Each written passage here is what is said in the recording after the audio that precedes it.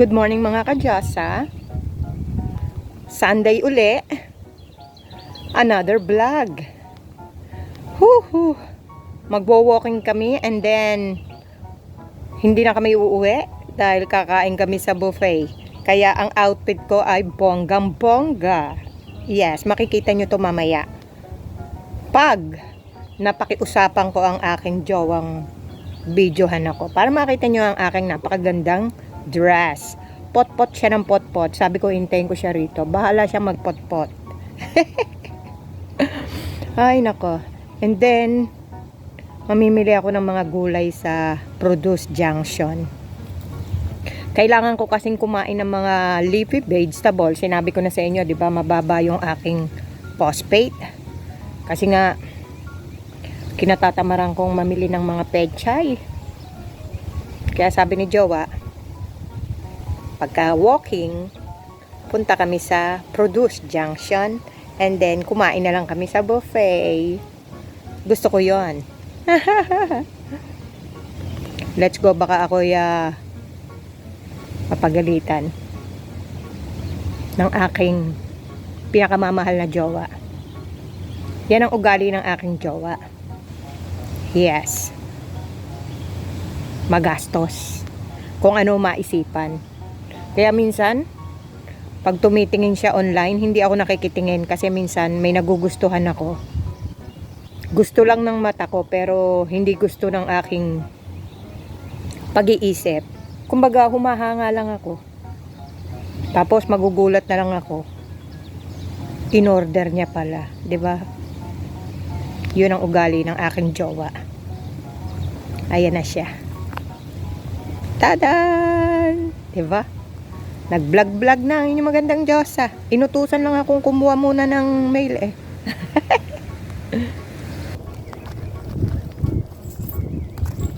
Dito na kami mga ka-Diyosa. With my jowa, of course. And dressy, di ba? Para hindi na kami babalik. Para ready na sa buffet. Walking, walking.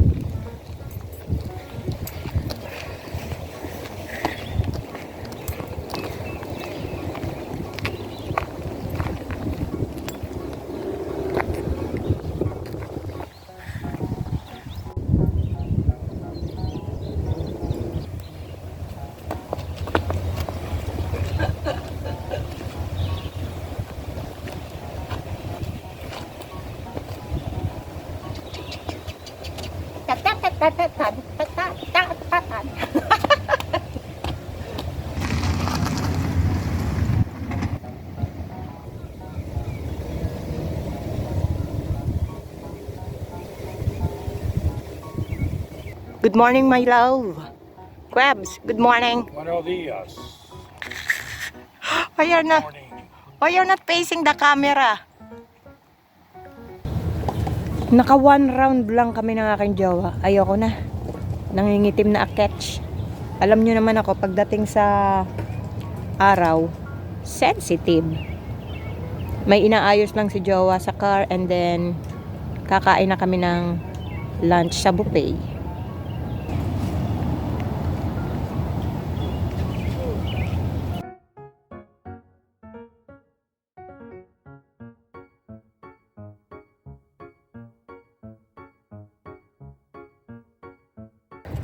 Nakarating din kami. Ako'y gutom na gutom na. Dediretso na ako sa kuhaan ng chicha.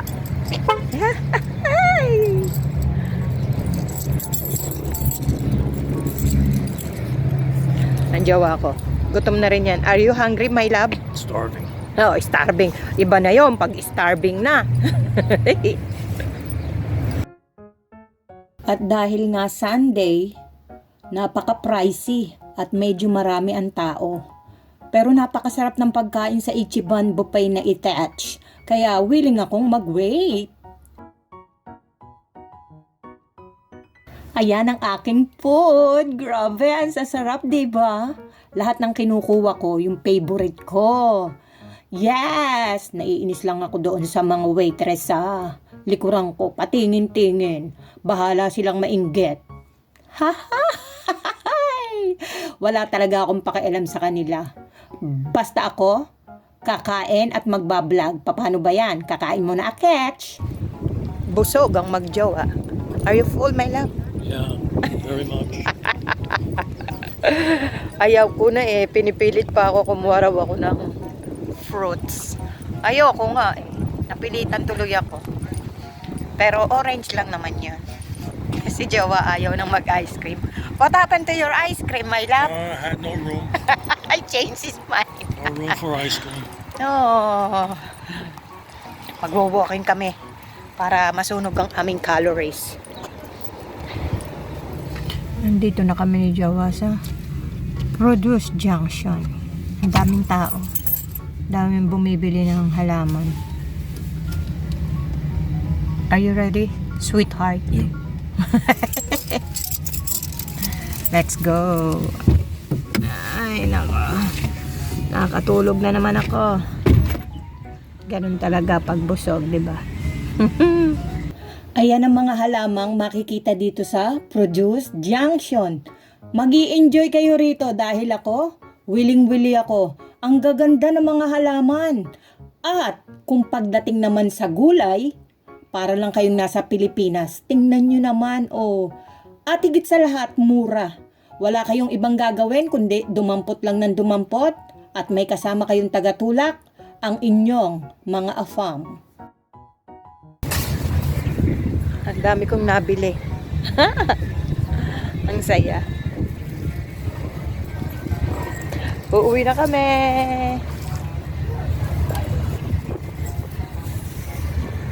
Pag kayo nagawi dito sa New Jersey, punta kayo sa Produce Junction. Ang daming gulay.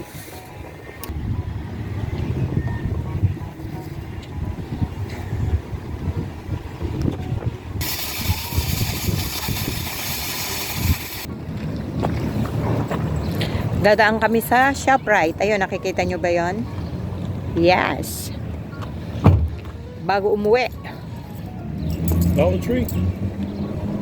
Oh, gusto pa magpunta ng Dollar Tree. That's enough. Nasa labas din lamang kami. Pumunta na kami rito sa Save a Lot. Bibili ako ng tenga ng baboy. Yes. Kita nyo ba? Mura din dito. Finally, nakauwi din. Ipapakita ko sa inyo ang aking, eka lang, nagkakandautal. Ang aking pinamili. Hintayin natin ang aking jowa.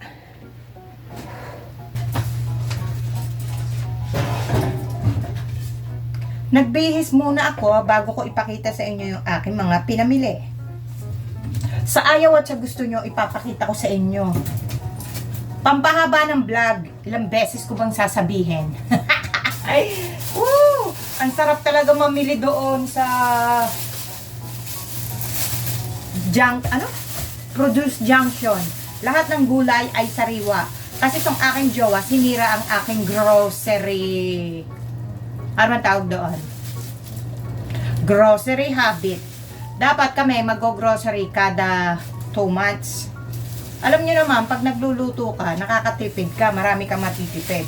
O, tingnan niyo yung cabbage ko, o. $2. Dalawa na. Yeah, kada lalabas siya, may bibilin daw siya para sa kotse. Pag uwi niya, 3 bags ng grocery ang dala-dala.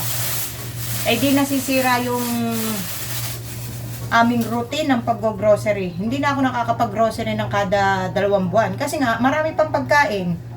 Ayokong nai-stock masyado. Gusto ko ang mga gulay ko ay fresh. Ayoko ng frozen. O, diba? Ang daming kwento. Vlog ko to. And then, yung apple. $2. Mga bagong pitas. Crunchy. And then, papaya. $3. Pag binili ko to sa Indian store, saksakan ng mahal. Umaabot minsan ng $6. O, tingnan nyo to. Pantinola. Diba? Ito lang. And then, garlic. $2. Marami akong garlic sa bote, pero hanggat meron akong fresh ang aking ginagamit.